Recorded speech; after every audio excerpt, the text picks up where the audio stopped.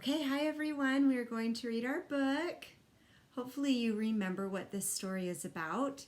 Remember this little boy, Stanley, he was laying in his bed one night and he got squished by a poster and he became flat.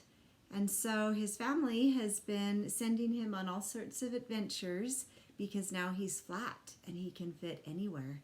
So let's see what happens to Stanley.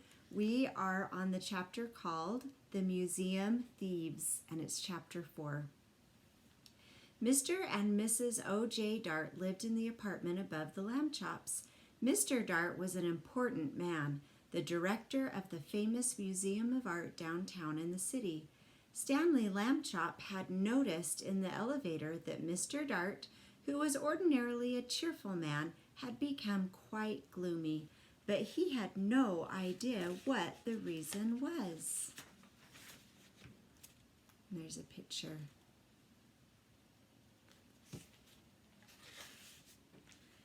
And then at breakfast one morning, he heard Mr. and Mrs. Lambchop talking about Mr. Dart.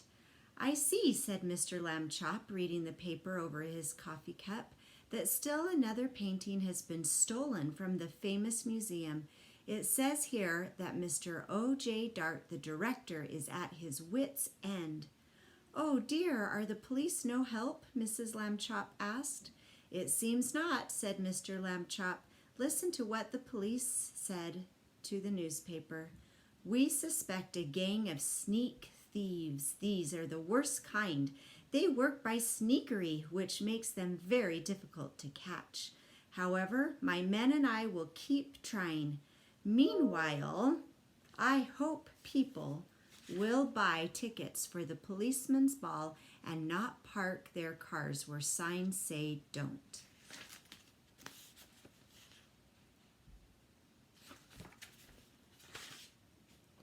The next morning, Stanley Lambchop heard Mr. Dart talking to his wife in the elevator.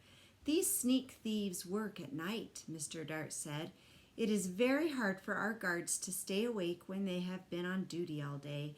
And the famous museum is so big we cannot guard every picture at the same time. I fear it is hopeless, hopeless, hopeless." Suddenly, as if an electric light bulb had lit up in the air above his head, giving out little shooting lines of excitement, Stanley Lambchop had an idea. He told it to Mr. Dart. "Stanley," Mr. Dart said, "if your mother will give her permission, I will put you and your plan to work this very night." There's a picture.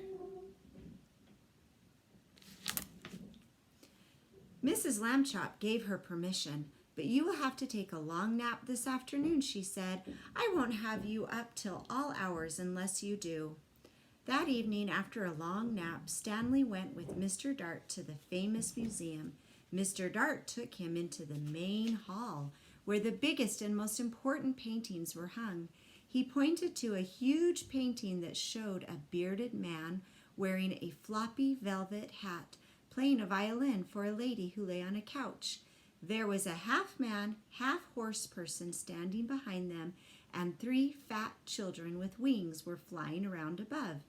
That, Mr. Dart exclaimed, was the most expensive painting in the world. There was an empty picture frame on the opposite wall.